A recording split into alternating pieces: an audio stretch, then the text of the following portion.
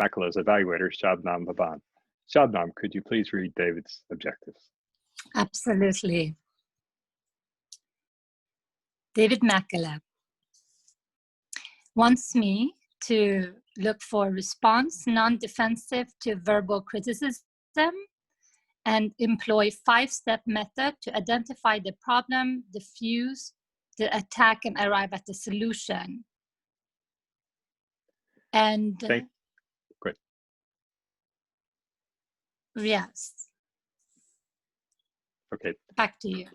Great. Thank you, Shabnam. David's speech tonight is on how criticism cuts to the core of our character. His speech will be 10 to 14 minutes total and will be split into 3 parts. For this first part, he will provide a 4 to 5 minute presentation, and this will be followed by a second portion, which will be 4 to 5 minutes of role playing, and then we'll end with a 2 to 4 minute discussion. Timer, please ensure we'll stick to this time frame. The title of David's speech is Be Quick to Listen and Slow to Speak. David, take it away. It's like yeah. Thank you, Mr. Toastmaster. Arguments are inevitable. After all, no one can really agree with everyone all the time, but conflicts can actually be healthy. People who are capable of expressing their differences without becoming hostile are really less likely to suffer from emotional and physical stress. They have a lot better chance of resolving problems at the satisfaction of both people. Now, criticism helps us recognize our flaws and correct those flaws, making us hopefully better people. Now, when you're criticized harshly, it cuts to the core. It's easy to become defensive. You feel obligated to prove your criticizer wrong, and from there, the conflict escalates.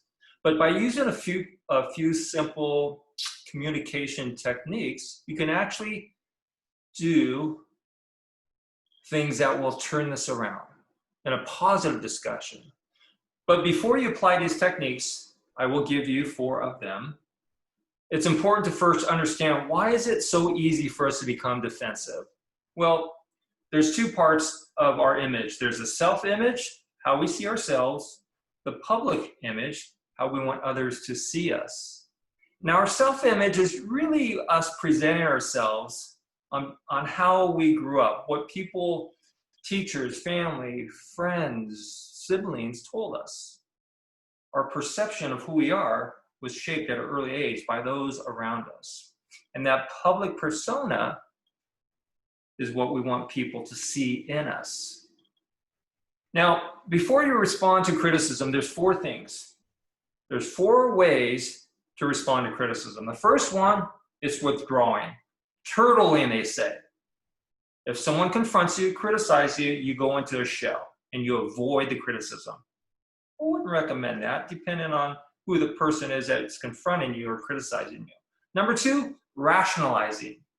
The strategy or the thinking behind rationalizing is to really admit that, yeah, you can see what that person is saying about you, but then you're trying to justify the criticism. The third way is counterattacking. Attack back at the person, criticizing the other person. I don't recommend that third method. The fourth is responding non-defensively. And what that means is to listen non-judgmentally and calmly to the person that's criticizing you, and recognizing that the person is just trying to communicate a problem to you. This, of course, is the best way. It's not always the easiest, but it's the best way. Now, the following steps, this is what you'll do when you get criticized. The first thing you should do is listen. Listen very closely. Listen to what the person's saying. Be very quick to listen and slow to speak. So when you do speak, you're speaking from a place of information, seeking to understand. The second step here is to acknowledge what the person is saying.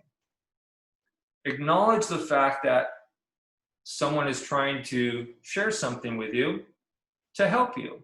If that person is criticizing you not to help you, then that's part of the filter of listening to discern if that person is coming from a place of care and if there's trust in the relationship. The third step is to ask questions, to really seek to understand what this person is trying to communicate to you. The fourth step is active listening. Rephrase what the person is saying and say it in a way that they can hear what you hear them say. And then the fifth step is to agree with them in truth. In the areas that you think that criticism has merit, why not say so? And to deny the facts, it would only increase the person's anger. But you don't have to agree with the person just to appease them, but agree if you think there's some merit to it. So remember, remain calm when someone criticizes you. Don't take it personally, and use nonverbal listening skills, and then show respect for the other person. So with that, I'm going to press pause. I'm at 5 minutes on my timer. I'm going to reset it. I've asked Dane to play this out. This won't be role playing. This will be an actual conversation where I've asked Dane to criticize me. And I have enough trust in my relationship with Dane that I know that it will come from a place of wanting to help me. I don't know what it's going to be, but he will criticize something in me, and I will demonstrate how to respond to his criticism. So I'm going to start. We have 4 to 5 minutes. Dane, thank you so much for allowing me to receive what it is you have for me. I know it's coming from a good place, but I'm ready. David, there's one thing that's been on my mind recently, and you have this new slogan, this new expression of that it starts with you and it ends with you, but it's not about you. And when I hear this expression, it seems to contradict itself. And it seems like, to me, I question it, because in my mind, when I hear you say it, it sounds like it might just be a way of covering up actually a selfish aim. Because how could something start with you and end with you but not be about you? So it's something that's been inconsistent and that I haven't really understood.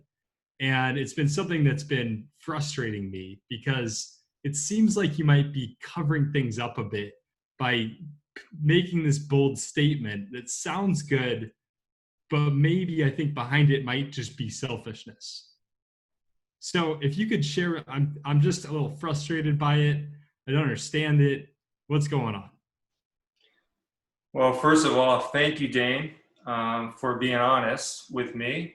And thank you for sharing your frustration. And what I'm hearing you say is that you feel that, as you've been hearing me say this slogan, that it may be that there's selfish gain to it. Is that what I'm hearing you say? Yeah, it seems like it's a way of like covering up selfishness. Covering up selfishness. Okay.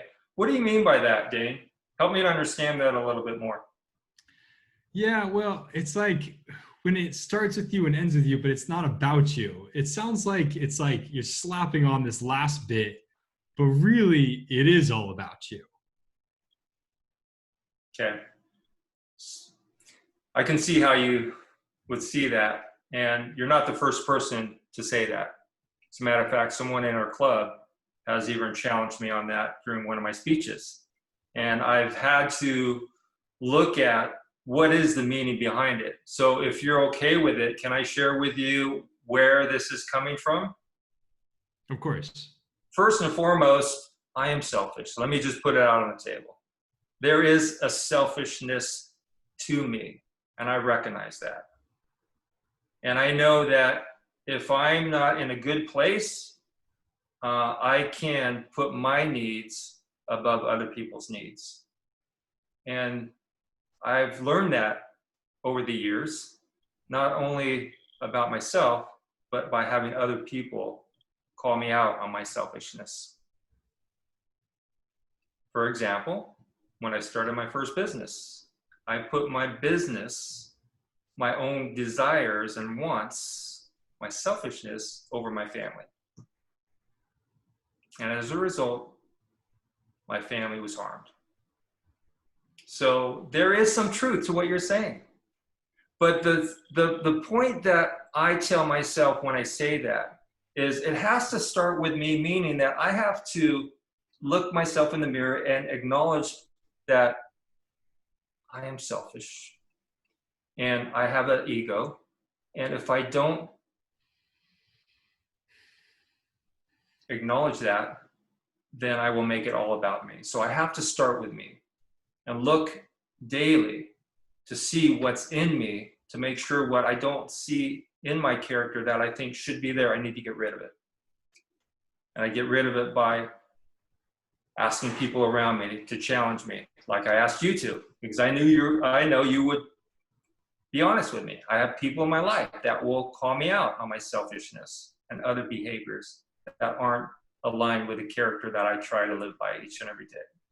So I start with me, and that ends with me, meaning I need to take responsibility for when I put my needs above others, when I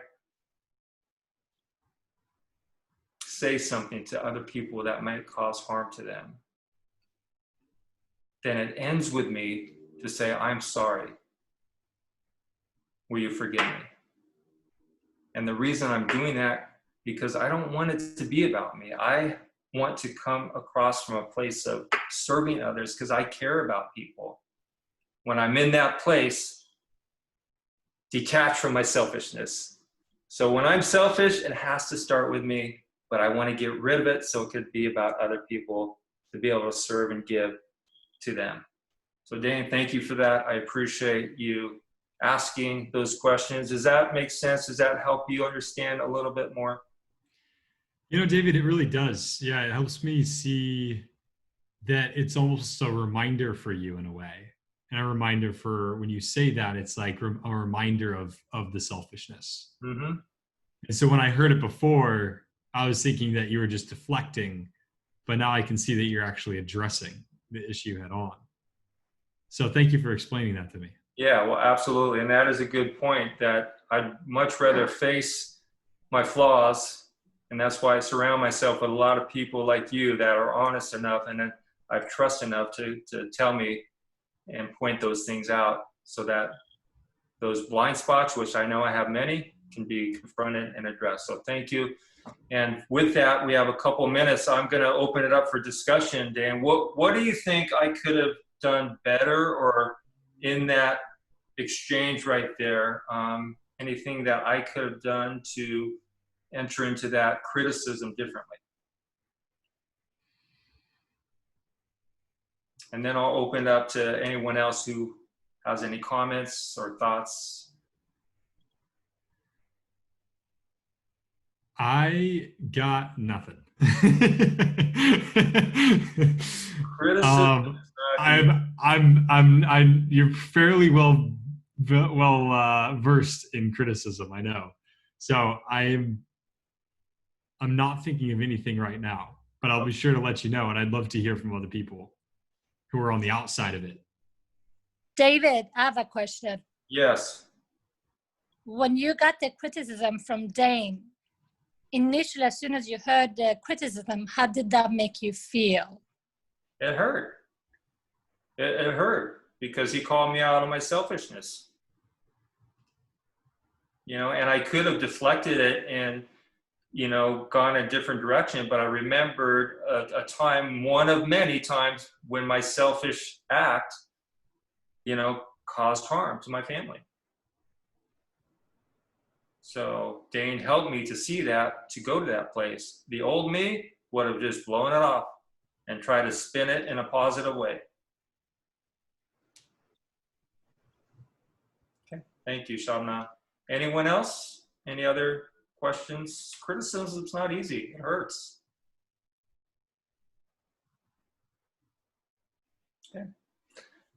Okay. David, I will say one thing that just from my perspective, one thing that worked really well was you dropping into that vulnerability. Mm. And I think that it's so easy to, like, as the criticizer, when I'm on the outside and looking at you and thinking, what the heck are you doing? I'm separate from you. But by bringing in vulnerability, you were able to make me feel like a part of you and open to understanding. And so I think that that is a really important aspect that I saw you use, you know, where it really helped by dropping into vulnerability, allowed me to listen.